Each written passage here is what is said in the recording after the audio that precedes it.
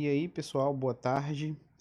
Dando continuidade aí a este incrível evento do meu amigo Mari Edson Júnior, né? Dando continuidade aí no Simpósio Multidisciplinar de Anatomia.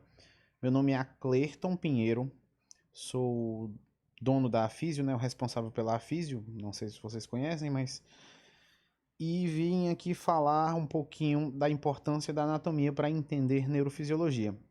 Eu até costumo brincar dizendo que a anatomia muitas vezes não tem muita lógica em algumas coisas, né? Mas isso cai por terra quando a gente vai para a neuroanatomia, porque realmente eu não preciso, por exemplo, saber alguns aspectos mais profundos da anatomia do coração, por exemplo, para entender a função cardiovascular como um todo. Claro que eu tenho que ter noções básicas, né? Mas quando eu vou para neuroanatomia, aí, papai, o negócio realmente começa a ficar mais apertado. Se eu não tiver uma base bem mais profunda de neuroanatomia, realmente o entendimento da neurofisiologia ou da neurociência em geral, né, vai ficar comprometido, como a gente vai ver. Eu escolhi aqui um assunto bem particular, né? Poderia ter escolhido outros, mas eu vou falar um pouquinho aqui da parte da somestesia, que é uma forma de interpretação de, de, de um estímulo sensorial, como a gente vai ver. E é uma forma que representa bem a importância do conhecimento neuroanatômico para o entendimento da função desses coisas é ótimo, né? Dessas coisas que eu vou citar. E é isso. Meu nome é Cleiton Pinheiro e vamos começar. Bom, só para conceitualizar um pouquinho, né? O nosso corpo, ele faz parte, óbvio, do universo e ele está todo o tempo, como um sistema biológico, como um organismo, sendo exposto às energias, né? O que existe de fato no universo são duas coisas, basicamente: matéria e energia, que são duas faces da mesma moeda, né? Já dizia a famosa equação de Einstein, que é igual a mc ao quadrado. Então, tanto energia pode se transformar em massa, quanto em massa pode ser convertida em energia. Mas, enfim, os sistemas biológicos, no caso o corpo humano, ele está todo o tempo entrando em contato com as energias do meio, do universo, né, do meio ambiente. E aí ele teve que evoluir para aprender a decodificar esses estímulos energéticos. E, no nosso contexto, a gente vai ver um tipo de análise que a gente chama de análise somestésica. O corpo humano, analisa algumas formas de energia. Por exemplo, eu tenho a energia térmica em forma de calor e frio. Eu tenho estímulos muito intensos que podem causar lesão tecidual. A gente interpreta isso como dor, né? Eu tenho a energia mecânica, a distensão dos tecidos. Então, se eu apertar o meu braço, eu vou entender que algo está ocorrendo ali na minha epiderme, por exemplo. Eu posso também decodificar um espectro eletromagnético da energia, que a gente chama de luz. Então, os olhos têm estruturas fotorreceptoras na retina, os chamados cones e bastonetes. Essas estruturas elas conseguem decodificar a informação que um fóton de luz leva e gera uma resposta bioquímica, que no final vai dar, por exemplo, visão ou até outros aspectos da fisiologia, como a sincronização do ciclo circadiano, né? Também posso ter isso. Também tem um outro aspecto mecânico, aí em relação ao ar, o, a audição é como se fosse um tato mais rebuscado, um tato para o ar. A audição usa muito alguns eventos biofísicos similares ao tato, né? E aí eu também tenho o equilíbrio, a aceleração da cabeça, os movimentos da cabeça têm que ser percebidos, têm que ser interpretados. Eu também tenho que ter um sistema que detecte substâncias voláteis, e aí evoluiu a olfação. E eu tenho que ter também um sistema que detecte substâncias químicas solúveis, e aí a gustação evoluiu para este efeito. E aí eu tenho a propriocepção, que a propriocepção existe para entender o movimento dos nossos membros, das partes desse sistema biológico. No caso, os músculos, as articulações, os ligamentos. E eu tenho também uma informação visceral que também é feita através da tradução de estímulos mecânicos e químicos. Isso aqui é só para nos orientar inicialmente. Então, eu tenho aí das energias as sensações. A energia eletromagnética gera visão, a energia mecânica é interpretada como audição, a energia mecânica, térmica e química é interpretada como somestesia, a energia química tanto pode ser interpretada como gustação ou olfação. E aí a gente tem o que é uma sensação. Sensação é a capacidade que os animais têm de codificar alguns aspectos da energia.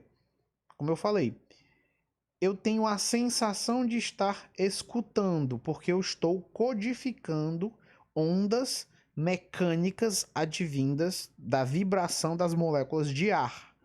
Então, a sensação é a capacidade de eu codificar uma fração da energia e representar aquilo como um potencial de ação, que é a linguagem que os neurônios entendem, né? Então, a sensação, ela permite a existência dos sentidos, que eu citei lá atrás, visão, audição e tal. E eu tenho diferentes modalidades sensoriais. A dor é uma modalidade, a coceira é outra, o frio, o calor, o tato, são todas modalidades sensoriais. Então eu tenho o estímulo, o órgão capaz de traduzir esse estímulo, que a gente chama de receptor. Aí esse receptor sensorial ele está colocado no neurônio, óbvio. E aí, à medida que o estímulo altera a função, a estrutura e a função do receptor, eu tenho uma transformação daquela energia em potencial de ação.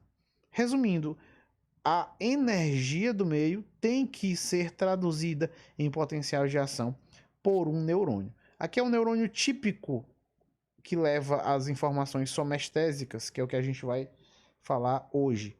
É um neurônio pseudo-unipolar aqui, ó. Ele tem um prolongamento periférico que vai lá no nosso caso aqui, vai lá para a epiderme ou para a derme, ou pode ir para as vísceras também. E eu tenho o corpo celular aqui, ó. E eu tenho um prolongamento, ó, um prolongamento central que vai para medula espinhal, que vai para o sistema nervoso central. O braço periférico, ele decodifica o estímulo, que é justamente porque ele tem os receptores sensoriais. Que receptores sensoriais são esses? São os corpúsculos de Meissner, Pacini, Ruffini, Merkel, terminações nervosas livres, né? E aí eu tenho basicamente 3 sistemas sensoriais somestésicos para entender isso. Eu tenho um sistema proprioceptivo, que é relacionado com a propriocepção, que eu já falei. O sistema exteroceptivo, que está relacionado com a exterocepção, e o sistema interoceptivo. O proprioceptivo, como eu falei, é para basicamente entender quais são os movimentos que o nosso corpo está fazendo, então no tempo e no espaço, saber as partes do corpo humano, o meu braço ele está fazendo o quê? E aí você também tem um sistema de feedback, no qual você pode comparar o movimento pretendido, ou seja, o movimento que você quer fazer, com o movimento que você está fazendo de fato. Eu quero erguer minha mão. Aí beleza, o córtex manda essa ordem, né? Eu quero erguer minha mão 1 metro para cima. Aí você ergue. Os proprioceptores que estão nos seus tendões e nos seus músculos, eles mandam a informação de volta para o cérebro, para o encéfalo, e o encéfalo interpreta aquela informação e vê se o movimento que ele queria, erguer o braço 1 metro, foi realmente de fato feito. Se não foi, ele tenta corrigir para o movimento pretendido ser igual ao movimento realizado. Então, o sistema propriocepção, ele é um sistema de feedback para informar ao corpo, ao encéfalo no caso, se de fato os movimentos estão ocorrendo da maneira pretendida, né? Da maneira planejada, da maneira que o córtex quer que eles de fato ocorram. Então, é esse aspecto, a propriocepção. A esterocepção, ela serve para detectar fenômenos que estão na pele, na epiderme ou na derme. Então, fenômenos que estão na periferia. Então, realmente é mais uma detecção. Óbvio que dá um feedback também, porque é a partir das sensações que a gente gera também um padrão de comportamento, uma resposta motora. Então, se alguém toca nas minhas costas e eu olho para trás, é porque esse sistema foi ativado, informou meu córtex motor primário, e o meu córtex motor primário tomou, baseado numa decisão tomada do córtex pré-frontal, moveu os meus músculos para eu me virar e ver o que está acontecendo ali com aquele estímulo, né? E é isso. Então, mesma coisa, se um besouro, um mosquito pousa aqui na minha pele e eu vou e bato no mosquito, né? Eu coço, também foi um estímulo, foi um comportamento motor induzido aí pelo sistema extraceptivo. Mas no final das contas, ele serve para detectar estímulos ambientais e gerar um padrão de comportamento. E eu tenho o sistema interoceptivo, como o nome já denota, ó, interoceptivo. São as informações das vísceras, para saber como é que está o meio interno, para saber como é que está o coração, para saber como é que está o TGI. Então, meu intestino, quando ele inflama por algum motivo, quando eu tenho uma cólica intestinal ou uma cólica uterina, algum evento, entre aspas, anormal de uma víscera, este evento ele é informado. Aí pode ser informado por meio de uma sensação tátil mesmo, grosseira, ou por meio de uma sensação dolorosa. Geralmente é uma sensação dolorosa. Quando o miométrio, que é a camada muscular do útero, sofre um espasmo ou sofre um processo isquêmico, as fibras dolorosas dele vão pelo sistema interoceptivo e causam dor, levam ao encéfalo a tomar conhecimento de algum evento que está acontecendo ali. E aí, a maneira que o encéfalo tem de interpretar aquele evento é gerando dor. E é basicamente isso. Isso serve para cólicas também diarreicas, você comeu alguma coisa que lhe fez mal, inflamou o intestino, uma diarreia, para tudo, né? Para tudo. A sensação também de quando a gente corre, ou mesmo na angústia, na ansiedade, você está sentindo o coração bater mais forte, aquela que a gente chama de palpitação, isso também é informado pelos aferentes cardíacos.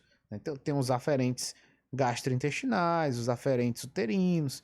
Os aferentes são os neurônios que inervam e levam a informação até o encéfalo. São neurônios sensoriais.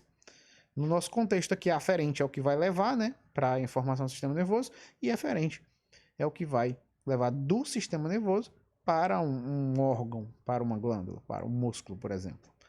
E aqui a gente já tem um primeiro apanhado da anatomia. Eu não vou entrar em detalhes agora, mas a gente já vê aqui, ó, tem uma organização anatômica. Ó, o neurônio pseudonipolar, vou até dar um zoom aqui, ó. Neurônio pseudonipolar, o prolongamento periférico, aqui no caso para os próprios receptores, né? E o prolongamento central. Aí aqui no caso, o prolongamento periférico, ele entra, ó, ele vai para o próprio receptor, o prolongamento central ele entra, aqui nesse caso, ó, ele faz sinapse na medula, a gente vai ver onde mais para frente, que são sinapses nos cornos dorsais, ó, aí sobe, ó, e vai informar o cerebelo. O cerebelo é um grande centro de coordenação motora, ele tem uma característica de interpretar muito bem esses fenômenos proprioceptivos e ele ajuda o córtex, ele ajuda a informar o córtex e a corrigir os movimentos que o córtex quer de fato fazer. Então ele ajuda no que a gente chama de coordenação motora. Okay. Se eu for para o sistema exteroceptivo, tem as suas semelhanças, ó, prolongamento periférico, que poderia ser na pele, por exemplo. Aí vem prolongamento central, entra na medula, a gente vai ver que entra ó, pelas raízes dorsais, não dá para ver aqui na imagem, né? Mas aí ele ascende, ou seja, ele sobe, ele vai subindo, se tudo é medula, ele chega e faz sinapse lá no bulbo, lá nos núcleos da coluna dorsal, no núcleo grácil e no núcleo cuneiforme. Aí, esses neurônios de segunda ordem partem aqui dos núcleos da coluna dorsal eles cruzam a linha média. Esse feixe aqui a gente chama de leminisco medial. E aí ele vai lá para os núcleos talâmicos, núcleo ventral posterolateral do tálamo. E aí de lá vai para as regiões corticais que processam esses estímulos. Aqui no caso, o córtex somatosensorial primário. E o sistema interoceptivo, ó, os neurônios pseudonipolares, eles fazem sinapse logo na medula, nos córneos dorsais, sobretudo na lâmina 1, ó. E aí eu tenho o cruzamento já na medula. Então, já é uma diferença anatômica aqui, que gera algumas repercussões, tanto funcionais quanto clínicas até.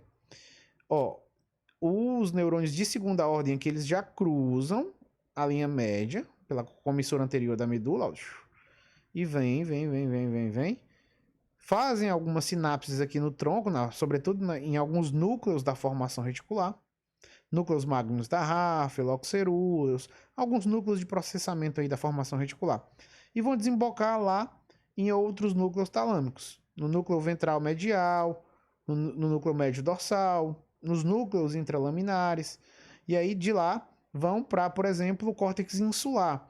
O córtex insular está muito relacionado com o controle interno, as nossas sensações.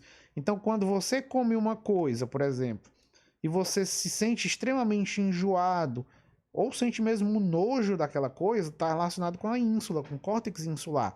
O córtex insular, ele imprime essa sensação. É por isso que as coisas que mexem com as vísceras, elas têm uma repercussão cognitiva maior até, e emocional cognitiva. Elas alteram mais profundamente o nosso comportamento. É por isso que ansiedade, depressão, estresse, tudo isso também altera a função das vísceras. E isso também repercute mexendo com a ínsula e alterando a nossa percepção do próprio meio interno. Dito isso, aqui é só para relacionar aqueles receptores que eu falei, ó. Eu tenho as terminações nervosas livres, que traduzem dor, temperatura, tato. Dor é uma modalidade sensorial, temperatura é outro, tato é outro. Então, são os receptores sensoriais que codificam as modalidades sensoriais. Tudo isso aqui dentro da somestesia.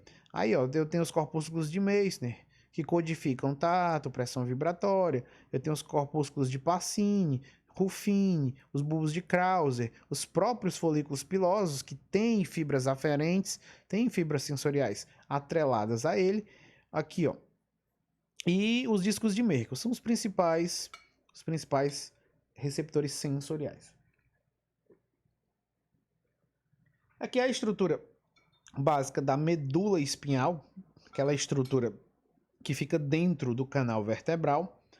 Aí eu tenho, ó, a substância cinzenta, que é composta por lâminas. Eu tenho os cornos, e os cornos são compostos por lâminas. Lâmina 1, 2, 3, 4, não está mostrada nessa figura. E eu tenho na verdade, eu tenho a substância cinzenta, né, que é composta pelos cornos e pelas lâminas, e eu tenho a substância branca. Óbvio que tudo que não é substância cinzenta é substância branca.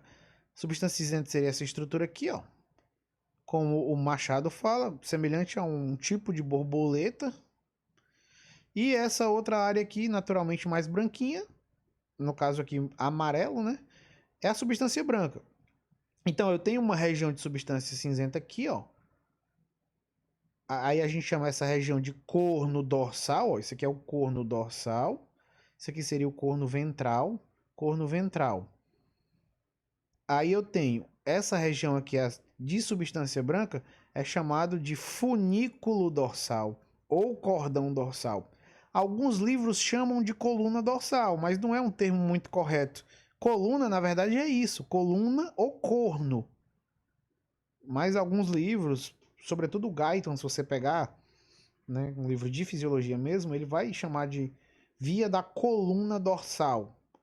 Aí dá a entender que é essa via aqui, ó. Não, mas coluna dorsal, quando o livro se refere, ele está querendo se referir a essa região aqui, que é o funículo ou cordão dorsal, né? Aí eu tenho o cordão dorsal, eu tenho o cordão lateral, essa região toda, e o cordão ventral. Então, cordão ou funículo. São três: dorsal, lateral e o ventral. Eles levam informações diferentes, como a gente vai ver. Aí, para completar, eu tenho aqui as raízes dorsais, óbvio, entram aqui, ó, pela parte dorsal, e as raízes ventrais que saem pela porção ventral.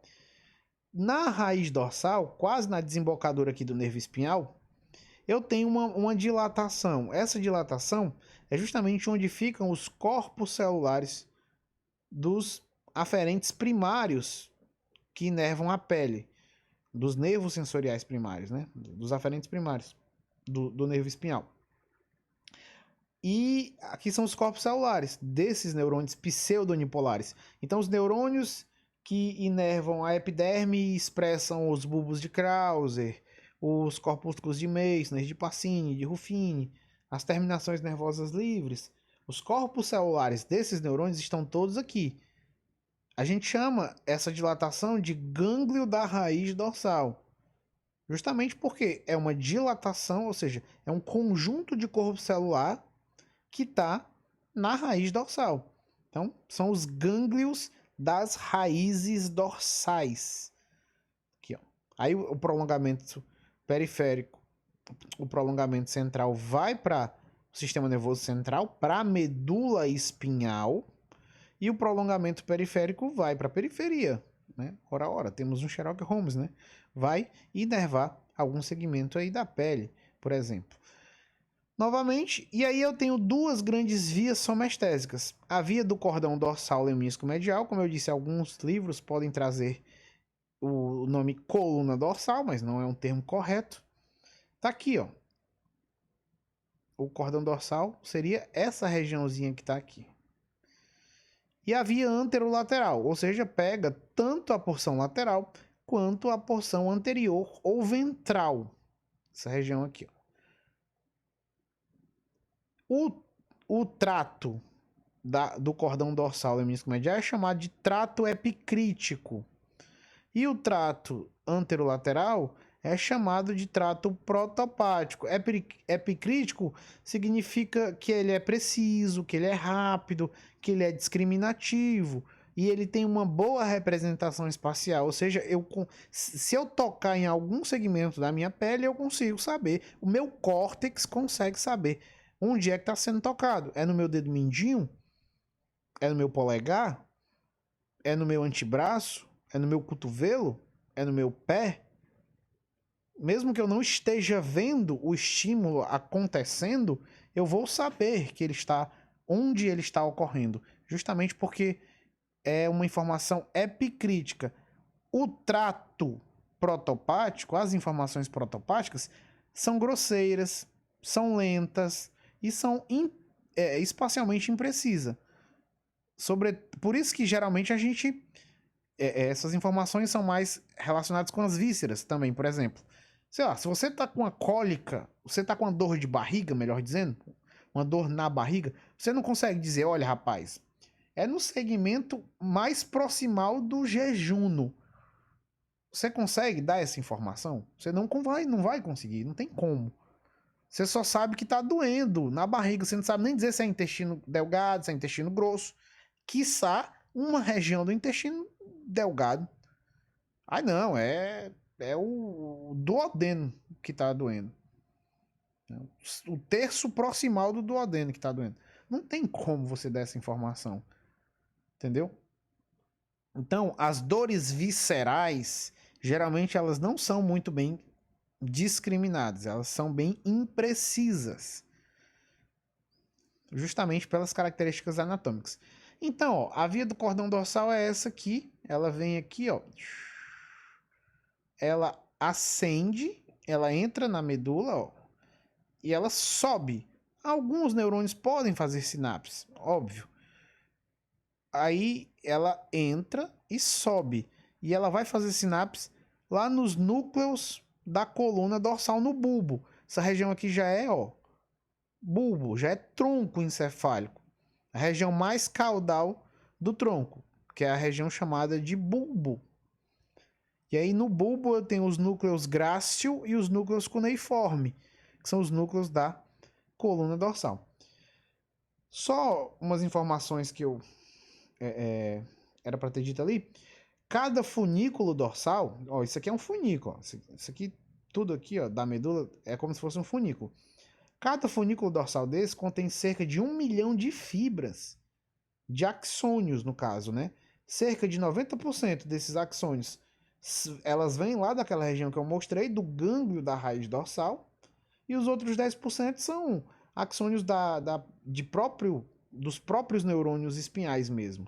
São as projeções intramedulares, né? Que saem da própria medula. E, como a gente vai ver, até o segmento T7, o segmento 7 da parte torácica, a gente tem somente um fascículo chamado de fascículo grácil, que é mais medial, e a partir do segmento T7 a gente tem um fascículo que é chamado de cuneiforme. Isso eu vou mostrar. E esses núcleos aqui, ó, núcleos da coluna dorsal, eles parecem uma salsichazinha e eles têm uma certa orientação rostro-caudal. Vou mostrar mais lá na frente. Então, a via cordão dorsal é essa, ó. Quando o neurônio de segunda ordem faz sinapse aqui, ele cruza a linha média. Esse trato é chamado de leminisco medial. E aí faz sinapse lá no tálamo, naquele núcleo que eu citei, no núcleo ventral posterolateral. E do tálamo vai para o córtex somatosensorial, que fica ali no nível do giro pós-central, do córtex parietal. Então, o giro pós-central do córtex parietal é a área que a gente chama de área somatosensorial primária, que é a área que evoluiu para interpretar e processar os estímulos somestésicos. Então, o estímulo de tato, estímulo de... sobretudo tato, né? É mais importante nessa gama. Mas também alguma dor, por exemplo, uma vibração, alguns estímulos assim. E eu tenho a via anterolateral. Olha a diferença, ó. A via anterolateral, os neurônios aferentes primários vêm aqui, ó. E aí eles fazem sinapses logo nas colunas lá da medula. E da medula, os neurônios de segunda ordem cruzam a linha média na medula. E aí eu tenho, ó, uma ascendência aqui. E eles não fazem sinapse no bulbo. Fazem sinapse apenas no tálamo. E do tálamo vão para outras regiões do córtex, como a gente vai ver mais para frente. Aí você pode perguntar, Cleiton, mas nenhum neurônio aqui, ó, porque aqui é uma representação como se fosse de um neurônio, né? Não são um, são milhares, né? Milhões, centenas de milhares no caso. Mas algumas fibras fazem sinapses no tronco, como a gente vai ver. Deixa eu ver o que tinha mais para falar. É isso, de maneira geral é isso aqui. Só para a gente notar ó, aqui. As fibras aferentes primárias, elas sobem ipsilateralmente, ou seja, elas entram na medula e elas sobem no mesmo lado em que subiram, no mesmo lado que estão subindo. A gente chama isso de uma subida ipsilateral. Entrou e subiu do mesmo lado. Já as fibras aqui, ó, de segunda ordem, elas sobem contralateral, ó. Ela entra de um lado, cruza a linha média, faz sinapse, cruza a linha média e sobe de outro lado. Então ela sobe contralateral. Isso tem algumas repercussões clínicas. Por exemplo, em termos de lesão medular, né? Lesões medulares vão gerar respostas, ou melhor, alterações nas interpretações de modalidades sensoriais diferentes. Então, como essas fibras aqui, que são chamadas de fibras espinotalâmicas, essas informações dolorosas, essas informações térmicas de cada dermátomo, foi um termo que eu nem tinha falado ainda, elas são transmitidas contralateralmente na coluna anterolateral, como eu citei. Enquanto o tato e a propriocepção, elas são transmitidas ipsilateralmente na coluna dorsal, no cordão dorsal, né? Então, uma lesão unilateral na medula espinhal, por exemplo, ela pode produzir um déficit na sensação tátil e proprioceptiva no mesmo lado do corpo onde a lesão ocorreu. Então, se a lesão ocorreu aqui, eu vou perder o tato e a propriocepção desse lado. óbvio que além de prejuízos nas sensações térmicas e dolorosas do outro lado. Então, ó, daqui para baixo, ó, eu perco a propriocepção. Ó, daqui, ó, suponhamos que eu levei uma lesão medular bem aqui. Daqui para baixo, eu perco a propriocepção e o tato dessa região aqui, ó, de baixo. E daqui para baixo, eu perco tudo que entrou eu perco as sensações térmicas dolorosas de coceira. Então, de um lado eu perco as informações táteis e proprioceptivas, nesse caso aqui, ó, do lado esquerdo, né? Do lado direito eu vou perder as sensações térmicas e dolorosas. E aí as outras submodalidades, como podem ser reunificadas no lado contralateral em região mais alta. Então, tudo que é mais alto daqui, ó, eu vou manter. A região dolorosa daqui eu vou manter, daqui que eu digo são os segmentos, entendeu? Se aqui é a porção mais alta do tronco, por exemplo, enfim, é só uma curiosidade para a gente saber que o rearranjo anatômico tem também, óbvio, além de uma repercussão fisiológica, tem uma repercussão clínica. E o clínico ele pode saber, ele pode estimar. Se o paciente, ele fala, doutor, eu não estou sentindo o tato dessa região X e eu não estou sentindo calor nessa região Y. Então, baseado nessas informações clínicas, ele pode estimar mais ou menos o nível da lesão que aconteceu aqui na medula. Se ela foi bilateral, se ela foi unilateral, ele também pode estimar isso. Aí, ó, a via cordão dorsal lemínico medial e a via anterolateral, também conhecida como espinotalâmica. Por que espinotalâmica? Porque começa na medula, termina no tálamo, né? Espinotalâmica. Aí aqui é só para mostrar de uma maneira um pouquinho mais esquemática, ó, os receptores sensoriais, eles sobem aqui na via cordão dorsal, ó, eles entram e sobem e vão fazer sinapse lá no núcleo, nos núcleos da coluna dorsal, no núcleo grácil e cuneiforme. E aí vão para o tálamo. Isso aqui é o leminisco medial, cruzou a linha média, foi para o tálamo. Do tálamo foi para o córtex somatosensorial. É basicamente isso. Aqui, ó. Ó, isso aqui é a raiz dorsal. Os gânglios, prolongamento central, ó. Ele vem, algumas fibras fazem sinapse nas lâminas aqui, ó, dos cornos dorsais, mas a grande maioria chega e sobe pelos fascículos grácil e cuneiforme. Como o fascículo grácil é mais medial, ele leva as informações dos membros inferiores. E o fascículo cuneiforme é mais lateral, ele leva as informações dos membros superiores, da parte mais alta do tronco. Ou seja, à medida que o nosso corpo vai subindo, as informações vão subindo, tipo do pé, do joelho, da coxa, essas informações vão sendo colocadas mais lateralmente, até eu formar dois fascículos. O primeiro é o fascículo grácil, como eu disse. Ó, tá aqui, ó. As informações da perna. Deixa eu dar um zoom aqui. As informações da perna, que são os membros mais inferiores, entram já mais medialmente e vão subindo. Aí, à medida que as informações vão chegando em níveis mais altos, as informações do tronco, ó, elas já são mais laterais em relação às pernas. As informações dos membros superiores, como o braço, pescoço, já vão mais lateral. Ou seja, eu tenho o que aqui? Uma somatotopia, ou seja, uma organização espacial. E essa é uma das grandes características anatômicas que vão fazer com que o cérebro, lá, o córtex somatosensorial, saiba que aquela informação está vindo do braço, do tronco. Eu não sei como é aí na cidade de vocês em relação à internet, por exemplo, mas suponhamos que você tem os diversos postes, né, de luz. E para as operadoras de internet mandarem a internet para você, saber que é da sua casa, saber que é para a sua casa, saber o consumo de internet da sua casa, elas têm que ter as caixas de redistribuição de cabos, né? Não sei se é fibra ótica, se é cabo ADSL, enfim. Mas tem que ter uma organização. Não pode sair de qualquer maneira, senão a internet que você contratou, você recebe a que o seu vizinho contratou, porque não tem uma organização. Então o córtex é como se fosse é a central lá.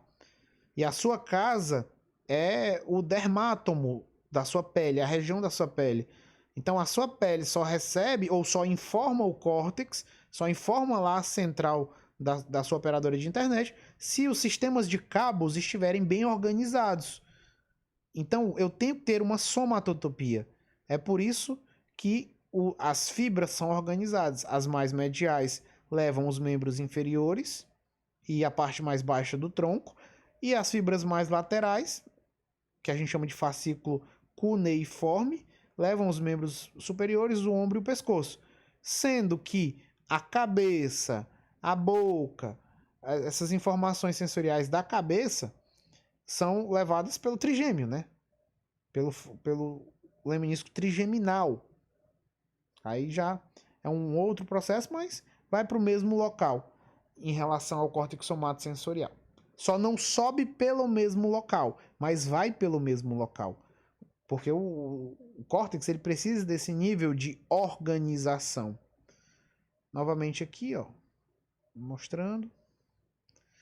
E aí a via anterolateral, aquela diferençazinha que eu falei, as fibras, os prolongamentos periféricos informam aqui da periferia. Aí eu tenho os prolongamentos centrais que entram. A diferença é, faz sinapse aqui e já cruza a linha média, né? Ó. E aí já forma o trato espinotalâmico. No caso aqui, o espinotalâmico lateral. Ó. Vem, faz sinapse lá no tálamo e do tálamo vai para outras regiões corticais. Informa o tato protopático, aquele tato mais grosseiro. Dor, temperatura, coceira. Ah, sensações sexuais também que eu esqueci de falar. Aqui, ó, mesma coisa. A diferença é que faz sinapse aqui. Aí pode fazer sinapse na lâmina 1, na lâmina 5 ou na lâmina 7. São as principais lâminas que codificam as informações, que processam as informações, sobretudo dolorosas e térmicas, né? São as informações que tem mais, que são carregadas em maior quantidade, sem dúvida. Dor e as sensações de calor e frio. Aqui. E aí eu tenho os tratos espinotalâmicos diferenciados. Eu tenho o trato espinotalâmico lateral, que a gente chama de trato neoespinotalâmico. Aqui, ó. E ele é, como a gente vai ver, é usado para dor rápida e bem localizada. E eu tenho o trato espino-retículo-talâmico, ou seja, tem um pit stopzinho aqui no retículo, na formação reticular, como a gente vai ver. E a gente chama esse trato de paleo.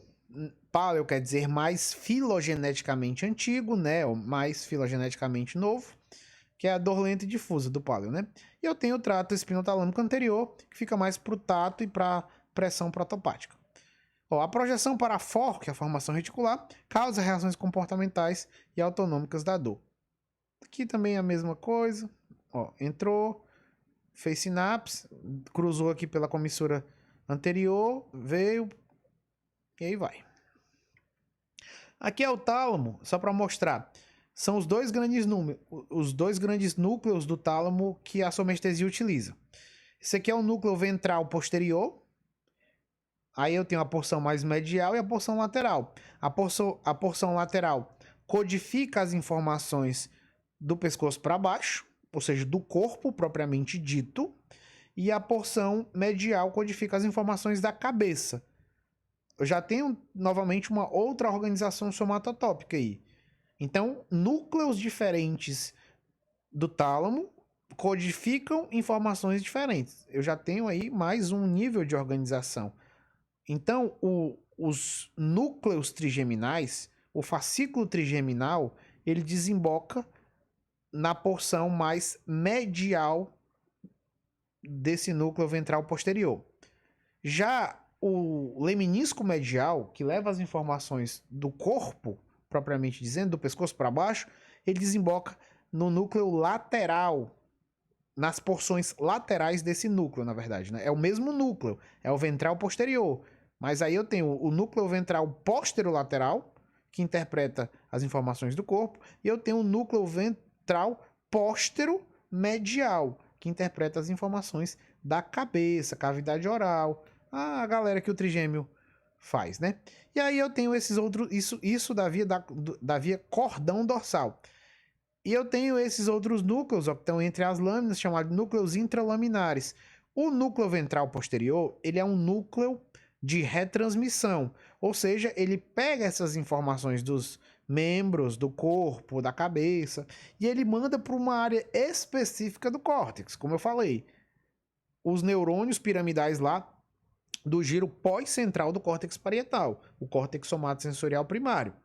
Já os núcleos intralaminares, eles não são núcleos de retransmissão, eles são núcleos de projeção difusa, ou seja, eles não informam uma área específica do córtex, eles informam o córtex como um todo. Eles estão muito relacionados, por exemplo, com os núcleos da formação reticular, o locus cerúleus, os núcleos colinérgicos, paragigantes celulares, que são núcleos que informam um estado de alerta. É por isso que a dor ativa os núcleos intralaminares e você fica alerta. Ninguém dorme com uma cólica muito grande. Entendeu? Você não se concentra com uma cólica muito grande, com uma dor muito grande. Por quê? Porque os núcleos intralaminares estão ativando, estão excitando todo o córtex. Então já tem uma organização anatômica diferente também no tálamo. Os núcleos ventral posteriores são núcleos de retransmissão e informam precisamente onde o estímulo está ocorrendo. No caso, na pele ou no músculo, sei lá. Ou numa... Aqui, nos núcleos intralaminares, você tem núcleos de projeção difusa, núcleos de excitação geral. E aí você tem esses efeitos mais proeminentes na vigília e na concentração. É isso. Aqui as regiões do córtex somatosensorial, do giro pós-central, ó, os núcleos, o núcleo ventral posterolateral do corpo, ele manda projeções aqui para células nas colunas diferentes aqui. E aí o córtex somatosensorial primário, que é essa região aqui, esse aqui é o giro pós-central, ó, giro pós-central, giro pós-central, essa região aqui, ó. Aí ele manda informações tanto para a área S2, que é o córtex somatosensorial secundário, quanto para o córtex parietal superior. O córtex parietal superior também cria um mapa aí, né? O giro pós-central já tem um mapa do corpo, uma somatotopia, que é o que a gente chama de homúnculo, né? Aquele homúnculo tradicional. Vou passar aqui, ó. Aqui, ó. A representação do homúnculo, homúnculo de Penfield. Ó, só dar um zoom aqui no córtex. Essa região, isso aqui é o sulco central, ó. Ó, sulco central, tá aqui ele, ó. Daqui para a esquerda, essa região aqui, ó, mais anterior, mais ventral, a gente chama de córtex frontal. O lobo frontal. O lobo frontal é isso aqui tudo, ó. Aí eu tenho o giro pré-central, que é motor, é o córtex motor primário. Aí eu tenho a área pré-motora, área motora suplementar, córtex pré-frontal, as áreas corticais normais, né? Aí o sulco central, ele separa o lobo frontal do lobo parietal. E o giro imediatamente depois do sulco central, depois em termos de sentido ventral dorsal, é o giro pós-central. Ó. Giro pós-central. Esse giro pós-central é o córtex somatosensorial primário. Aí a área somatosensorial secundária tá aqui, ó, bem pequenininha. Por que a área somatosensorial tem que ser maior? Porque é ela que tem um mapa principal. Então ela serve para discriminar, para saber a intensidade do estímulo, mas ela não interpreta nuances do estímulo. Por exemplo, alguém me toca, né? O córtex somatosensorial primário só diz assim, olha, tocaram em mim, sei lá, no braço, forte ou fraco. É basicamente isso. Era um toque áspero, molhado, algumas nuances específicas da natureza do estímulo. Agora, se é um toque de carinho, ou seja, a interpretação mais cognitiva é dada pelo córtex somatosensorial secundário. Se é um toque sexual com uma intenção sexual, se é um assédio, ou seja, uma interpretação mais proeminente, esse toque no meu braço foi para me puxar, Foi um toque avulso mesmo, no ônibus, assim, sem pretensão? Foi um toque lascívio? Foi um toque sexual? Foi como foi? Essa interpretação, entendeu? Isso vale para qualquer estímulo. Aqui eu tô falando de somestesia, mas o cheiro também tem isso. É um cheiro forte, é um cheiro fraco. Agora, ai não, é o cheiro da minha namorada. É o cheiro que eu lembrei que eu fui lá numa viagem, eu fui em Roma, num restaurante, e esse cheiro é o mesmo cheiro que eu senti lá. Ou seja, quando tem uma memória, um processamento mnemônico de informações adicionais, aí eu tenho que usar as áreas secundárias. No caso, né, se é um toque de carinho da minha namorada, aí é o córtex somatosensorial secundário. O córtex parietal posterior, ele integra essas informações sensoriais para gerar a nossa interação com o ambiente. Tanto o ambiente externo quanto o ambiente corporal. Entendeu? É isso. Deixa eu ver aqui. Que é o homúnculo de Penfield, né? Aí só falar mais um pouquinho em relação à dor. A dor, eu tenho dois tipos de dores nesse caso aqui, né? A dor rápida e a dor lenta. A dor rápida, ela é transportada, ela é informada, ela é codificada por fibras A delta, que são fibras mielinizadas finas. E eu tenho a dor lenta, seria a dor mais crônica, né? A dor aguda e a dor lenta. Essa dor lenta é codificada por fibras C, que são as fibras amielinizadas finas. Só para mostrar aqui na comparação. O tato epicrítico, ele é feito por vias A beta. A propriocepção por A alfa. Então, ó, o tato epicrítico, as vias do cordão dorsal, do funículo dorsal lemnisco medial, são fibras do tipo A alfa para a propriocepção e fibras do tipo A beta para o tato fino. Já o tato grosseiro, a dor, a temperatura, são informadas por fibras A delta mielinizadas finas, ou a dor, temperatura, a dor lenta, né?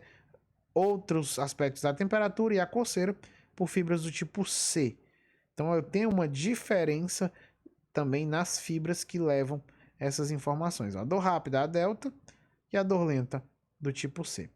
Aí que são os diferentes tipos, as divisões daquele trato espinotalâmico. Eu não tenho só um trato espinotalâmico, eu tenho várias subdivisões. O trato espinotalâmico leva quem? Temperatura e dor. Como eu tinha dito, eu tenho um trato neoespinotalâmico, que é carreado sobretudo através de fibras A delta. Aí eu chamo ele de trato espinotalâmico direto. Direto por quê? Porque ele não tem pit stop. Ele sai lá das lâminas 1, 5 e 7 dos cornos dorsais e ele vai direto lá para os núcleos intralaminares do tálamo. Ou algumas fibras vão até para o núcleo ventral posterior. E aí eu tenho uma dor, por exemplo, mais discriminatória. Não é toda dor que eu não sei discriminar. Eu tenho a dor rápida, ela é mais somatotópica, ela tem uma organização espacial mais definida. Então esse trato espinotalâmico direto, ele tem fibras que vão para o tálamo, para a mesma região que o trato do cordão dorsal vai, né? Da via da... Eu sempre quero falar da coluna dorsal. Para a via do cordão dorsal lemnisco medial vão. Aí eu tenho os tratos paleoespinotalâmicos, que aí eu tenho o trato reticular, espino-reticular, que vai para a formação reticular. Eu tenho o trato espinomesencefálico, que aí eu tenho o trato espinoanular e espinotectal. E eu tenho o trato espinotalâmico anterior. Aí o trato espinotalâmico anterior carreia tato e pressão protopática, né? E aí eu tenho outros tratos. O trato espino parabraquial, o trato espino-hipotalâmico e o trato espino-cervical. São todos os tratos relacionados com a dor. Para você ver como a dor, as dores, elas são estímulos, né? Codificados de maneira bem complexa, porque a dor realmente tem uma grande função adaptativa, uma grande função de sobrevivência. Tanto que um animal sem dor, ele não dura muito tempo. Um animal que tem alguma mutação que ele não sinta dor, animal ou ser humano, ele geralmente não passa nem da infância, porque a dor serve para indicar tanto lesão quanto a iminência, a disrupção de um limite, o avançar de um limite. Se você pegar o seu braço e você ficar tentando entortá-lo até um certo ponto, a região aqui do ombro vai começar a doer. Ou mesmo se você ficar puxando o braço mesmo, puxando um dedo, os músculos vão doer, as articulações vão doer, os tendões vão doer, alguma coisa vai doer. A dor indica o que? Olha, você não pode esticar mais do que isso. Né? A sua perna não vai mais do que isso. Se você for aqui, você pode lesionar. Então, a dor, ela dá uma noção de limite para várias coisas do nosso corpo. E quando a gente perde essas noções de limite, a gente se lesiona com muita facilidade. E lesões repetidas matam um organismo, né? E é importante a questão anatômica aqui, por quê? Porque cada região dessa interpreta e processa a informação de uma maneira diferente. Por exemplo, o trato espino-reticular está envolvido com o sistema de analgesia, o alerta envolvido com a dor. O trato espino-mesencefálico está envolvido, por exemplo, com o movimento dos olhos e a dor também. Por exemplo, esse trato espinotectal, na área pré-tectal, eu tenho o terceiro nervo craniano lá. Eu tenho um núcleo de Entiger-Westphal, que é o núcleo do oculomotor, terceiro nervo craniano. Esse nervo, ele controla o movimento dos olhos. Então, também você direciona os olhos e a própria cabeça com o próprio abducente, o esternocleidomastoide, né? Você consegue direcionar os olhos e a cabeça para aquele estímulo doloroso. Então, se você está aqui e alguma coisa pica você muito forte, sei lá, na mão, você tende a olhar rapidamente para aquilo. Então, é quase um reflexo. Esse trato espino-mesencefálico, ele serve para alertar os nossos olhos, a nossa atenção. É um sistema de direcionamento da nossa atenção. A nossa atenção geralmente se dá o quê? Pelo movimento da cabeça e dos olhos, pelo nosso olhar, né? Os primatas, o maior sistema de atenção controla a cabeça, pescoço e os olhos. Então, esse trato espino-mesencefálico está responsável por isso. O trato espinotalâmico anterior codifica a pressão protopática e o tato protopático. O trato espino-parabraquial controla alguns aspectos de uma resposta neuroendócrina e até a própria respiração. É por isso que uma dor muito intensa também altera a nossa respiração, a gente fica ofegante. Trato espino-hipotalâmico. O hipotálamo controla tanto o sistema nervoso autônomo quanto o sistema endócrino. Então, as respostas neurohumorais, endócrinas e autonômicas, né, são por conta da ativação desse eixo. E aí vai, só para não perder muito tempo. Ó. Trato neoespinotalâmico, a dor rápida. Eu tenho a dor rápida, é uma via direta e específica. Já falei, ó, são fibras A delta, mielinizadas finas. Origem, sobretudo, na lâmina 1, também já falei. Utiliza o neurotransmissor glutamato, isso eu não havia falado. É sobretudo o glutamato. Transmite a dor rápida. Cruza a linha média na medula e acende via funículo lateral, também já tinha falado. Termina no núcleo ventropóstero-lateral do tálamo, aquele mesmo núcleo da via do cordão dorsal lemnisco medial, como eu havia falado, né? Ó, do tálamo vai para o giro pós-central, então também é discriminado. Distribuição cortical somatotópica, dor bem localizada. Tudo isso eu já havia comentado. E o trato paleoespinotalâmico, dor lenta, ó, via indireta, inespecífica, fibras C, mielinizadas, lâmina 2 e 3 de Rex, e lâmina 5 também. Utiliza o neurotransmissor substância P e o peptídeo relacionado ao gene da calcitonina, isso aqui eu não havia falado, e é uma dor mais difusa, mal localizada, e eu tenho um componente afetivo, como a gente vai ver também. Cruza a linha média, enfim. Ó, a maior parte termina no tronco encefálico em 2 locais. Na formação reticular, feixe espino-reticular, já havia falado, e no mesencéfalo, o feixe espino-anular e espinotectal. O trato paleoespinotalâmico, quando termina na formação reticular. O que é a formação reticular? Formação reticular é um conjunto de núcleos e feixes que regula diversos processos automáticos e cognitivos. E quando a formação reticular tem alguns núcleos ativados, ó, você, no caso aqui da dor, você causa uma modulação do estímulo doloroso, inibição da transmissão álgica, então você ativa o sistema de analgesia, você integra funções em relação à própria nocicepção com os estados afetivos e emocionais da dor. E aí você leva as respostas autonômicas características da dor. Esse é o feixe espinorreticular, que acaba aqui, ó, nessas regiões chamadas de regiões da formação reticular. Olha os diversos núcleos da formação reticular. Tenho certeza que vocês já ouviram falar de alguns. Eu tenho, ó, os núcleos magnos da RAF, que são núcleos do sistema de analgesia, que produzem serotonina. Eu tenho os núcleos do locus ceruleus, que também são núcleos que fazem parte do sistema de analgesia. Os neurônios paragigantes celulares, produtores de acetilcolina. Então é basicamente esses três principais aqui. A substância negra faz parte dos circuitos de núcleos da base, né? E aí a formação reticular, ó, ela se comunica com o sistema límbico, com o hipotálamo, cerebelo, com outras regiões aqui dos nervos cranianos. Então eu tenho uma resposta integrada que a dor vai causar. Ó, controle da atividade elétrica cortical, sono, vigília, então é por isso que você não vai dormir. Controle do sistema nervoso autônomo, controle neuroendócrino, controle da motricidade. Então você pode chorar, por exemplo, você pode balbuciar, você pode gritar, você pode se encolher de dor, né? Controle referente da sensibilidade, sistema de analgesia, já falei. Enfim, é basicamente isso. Ó, integração de respostas motoras estereotipadas. Por exemplo, uma mulher que sente uma cólica muito forte, uma das respostas estereotipadas motoras é ela se encolher como se fosse numa posição fetal. Por quê? Porque nessa posição, geralmente, o estímulo doloroso tende a ficar um pouquinho menor.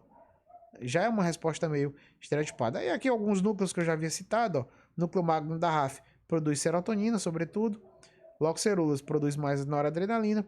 E o núcleo paragigante celular produz mais nora e acetilcolina. Ó, aquela via lá do mesencéfalo que eu havia falado. Ainda no trato paleoespinotalâmico, a via do mesencéfalo. Aí tinha duas vias, subvias, né, que eu tinha falado. Ó. A via espinoanular, que leva para a substância cinzenta periaquedutal, a grísia cinzenta periaquedutal. Ó, projeções ao prosencéfalo, aos núcleos magnos da RAF e a medula. E a substância cinzenta tem muito um neurotransmissor chamado de encefalinas. As encefalinas são um tipo de peptídeos opioides e estão relacionados com o controle da dor, sistema de analgesia também. Entendeu? Aí eu tenho o outro feixe, o espinotectal, está relacionado aí, ó, com os movimentos tanto da cabeça, pescoço, quanto dos olhos. Ó, as projeções ao prosencéfalo, medula e aos núcleos dos nervos cranianos, sobretudo oculomotor e abducente. Então, área pretectal e colículo superior. O colículo superior, ele controla também aí reflexos oculares e o movimento do pescoço. Controla aí o esternocleidomastoide, por exemplo. Trato espinobarabraquial, como eu falei, está relacionado também com algumas alterações, sobretudo as alterações mais respiratórias e outras alterações afetivas e emocionais, porque também tem comunicação com a amígdala, que é o gatilho das emoções, o hipotálamo, enfim, vai ter resposta neuroendócrina. O trato espinohipotalâmico também já havia falado, as respostas neuroendócrinas, e vai, né? Uma área também de grande desembocar dessas fibras de dor é o giro do cíngulo, sobretudo o córtex cingulado anterior, essa região aqui, ó. O giro do cíngulo ele está relacionado com um componente emocional da dor, sobretudo é o que a gente chama de angústia, por exemplo, ou mesmo sofrimento. Porque assim, ó, a nocicepção, prestem atenção aqui, é aqui onde entra a diferença entre dor e nocicepção. A nocicepção é uma modalidade sensorial, como o tato. A nocicepção, ela não gera uma resposta, geralmente, né? Ela não gera uma resposta afetiva comportamental grande. Ela per si. A nocicepção, quando ela vira dor, aí sim que ela gera uma resposta comportamental, afetivo, emocional. Por exemplo, quando a gente toma um opioide, quando a gente toma uma morfina, uma codeína, uma heroína, quando a gente toma algum opioide, os opioides, eles tanto reduzem a nocicepção, mas eles também, sobretudo, eles tiram o componente emocional da dor. Eles impedem que as informações cheguem aqui no símbolo. E se a informação nociceptiva não chega no símbolo, ela não gera sofrimento. Então a pessoa sabe que está sentindo dor. Ou melhor, ela sabe que está sentindo alguma coisa ali. Suponhamos que a pessoa tem uma lesão grande, sei lá, perdeu a perna. E aí ela tomou morfina ali. E aí ela sente como se fosse o latejar da perna. Mas ela não sente o sofrimento, ela não sofre com a dor. Justamente porque ela teve uma dissociação do componente emocional da dor. Os opioides fazem isso. Por isso que os opioides são analgésicos extremamente eficazes. Outros analgésicos não fazem isso. Uma dipirona nem sonhando faz isso. A dipirona, os AINES ou mesmo os corticoides, eles tiram o aspecto inflamatório da dor. Mas tem outros aspectos que não são inflamatórios que levam a essas informações dolorosas. Mas isso aí é uma outra discussão, era só para falar. E a ínsula é aquela região aqui, ó, mais interna, é o quinto lobo, né? O lobo insular. E ela é ela que imprime a emoção naquele estado interno.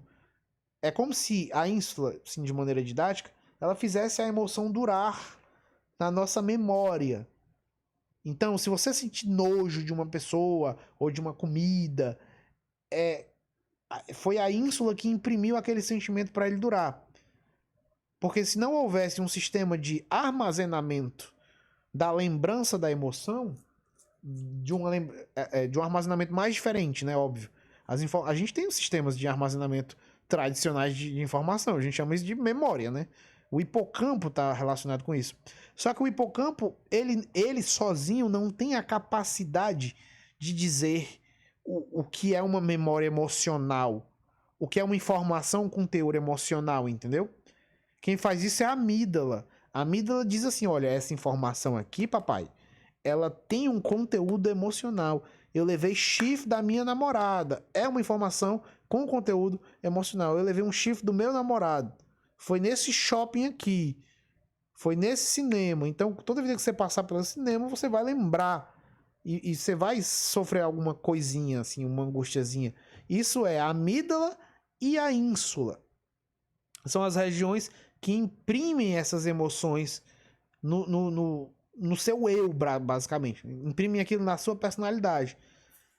Estou falando aqui, óbvio, de maneira um pouco mais didática para a gente entender.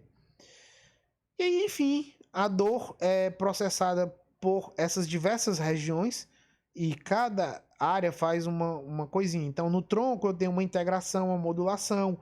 O tálamo é quem reconhece a dor. O hipotálamo é quem relaciona relação à motivação, ao afeto.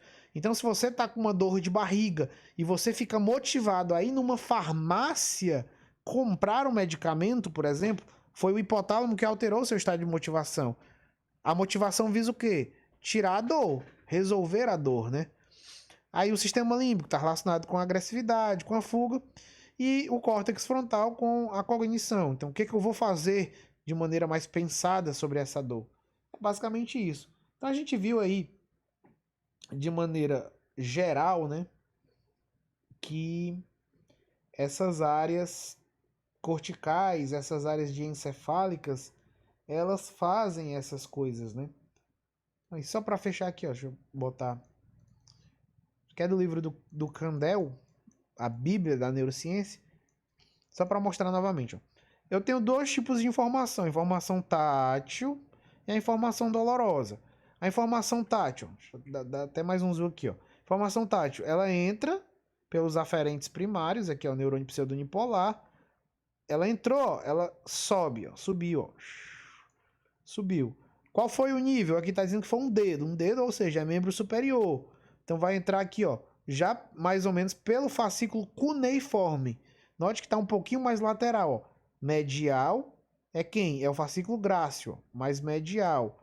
Mais lateral é o fascículo cuneiforme. O fascículo grácil leva as informações de quem? Pé, joelho, coxa e da parte mais baixa do tronco, no caso, né? Parte mais alta do tronco, então peito e os membros superiores, os braços, pescoço. Isso é levado pelo fascículo cuneiforme. Então o dedo já é pelo fascículo cuneiforme. Vem, ó, vem. Chegou aqui, aqui já é bulbo, ó. Bulbo. Aí faz sinapse onde? Nos núcleos da coluna dorsal. Óbvio, se o fascículo grácil vai mais medial, ele desemboca no núcleo mais medial, que é o núcleo grácil. E o núcleo cuneiforme fica mais lateral. Aqui o núcleo trigeminal, ó, onde as informações da cabeça, da cavidade oral desembocam. Aí, ó, dos núcleos da coluna dorsal, como eu tô falando de dedo, é o núcleo cuneiforme. Aí do núcleo cuneiforme, ó, partem essas fibras de segunda ordem, que formam o que a gente chama de leminisco medial, ó, vem, ó, cruza aqui, ó, nessa decussação sensorial e vem, ó, e sobe. Isso aqui é o leminisco medial, ó. Aí chega, ó, vem, ó. O leminisco medial vindo. Leminisco quer dizer fita, parece uma fita. Vem, ó, vai passando, ponte, mesencéfalo, vai subindo, chegou no tálamo, especificamente nos núcleos ventral, no núcleo ventral posterolateral. Por que lateral? Porque eu tô falando de dedo, eu tô falando de corpo. Medial é o que? Cabeça. Lateral, dedo. E aí, ó, a gente tem do tálamo, do núcleo ventral posterolateral, vai para o córtex somatosensorial, o giro pós-central do córtex parietal. Aí, se é dedo, vai aqui para a área do dedo, da mão aqui no caso. Ó. Se é tronco, vai para a área do tronco. Se é perna, pé, vai para a área do pé. Se é face, vai para a área da face. Ou seja, eu tenho uma somatotopia. Somatotopia. Uma coisa interessante também é que esses núcleos aqui, ó, os núcleos grácil e cuneiforme, esses rapazes aqui, ó, eles também já, já fazem um certo processamento de informação. Então, as submodalidades sensoriais, tipo, o tato vai para uma área específica do núcleo. A propriocepção vai para uma área específica. O terço mais rostral dos núcleos da coluna dorsal tem os neurônios que processam sobretudo as informações proprioceptivas. Então, cerca, sei lá, de 75% desses neurônios que formam esse núcleo aqui, ó, eles recebem informações sensoriais proprioceptivas dos músculos, dos aferentes musculares. E o terço médio desse núcleo aqui, no sentido rostro-caudal, né? O terço médio processa informações táteis, ou seja, informações cutâneas, 90% informações cutâneas. E o terço mais caudal, o terço mais baixo, né, processa informações tanto cutâneas quanto proprioceptivas. Ou seja, resumindo, eu tenho uma distribuição anatômica das submodalidades somatosensoriais. Ou seja, essas informações elas sobem para o cérebro de maneira já compartimentalizada. Então o cérebro sabe quando é apenas dor, quando é apenas calor, quando é apenas coceira, quando é apenas frio. Sabe entre aspas, né? Ele não sabe com 100%. Porque como é que eu posso dizer? É uma proporção de ativação. Tantos neurônios ativaram. Você pode ter coceira e dor. Óbvio, se você tá coçando aqui muito forte, você pode rasgar a pele ou ferir um pouquinho. Aí você vai, assim, a coceira vai, entre aspas, se transformar em dor. Entendeu? Isso pode acontecer, e geralmente acontece no caso. Então são nuances aí, como a gente pode ver, que a anatomia repercute muito, né? Enfim, é basicamente isso. E aí outras informações, por exemplo, ainda no contexto anatômico, por exemplo, como eu disse, né, há um gradiente dorsal ventral nessa coluna dorsal, nesse cordão dorsal.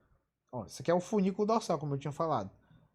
Tem um gradiente dorsal ventral, ou seja, as fibras aqui, ó, dessa parte mais dorsal, elas são diferentes em termos de informação que elas carregam dessas fibras mais ventrais.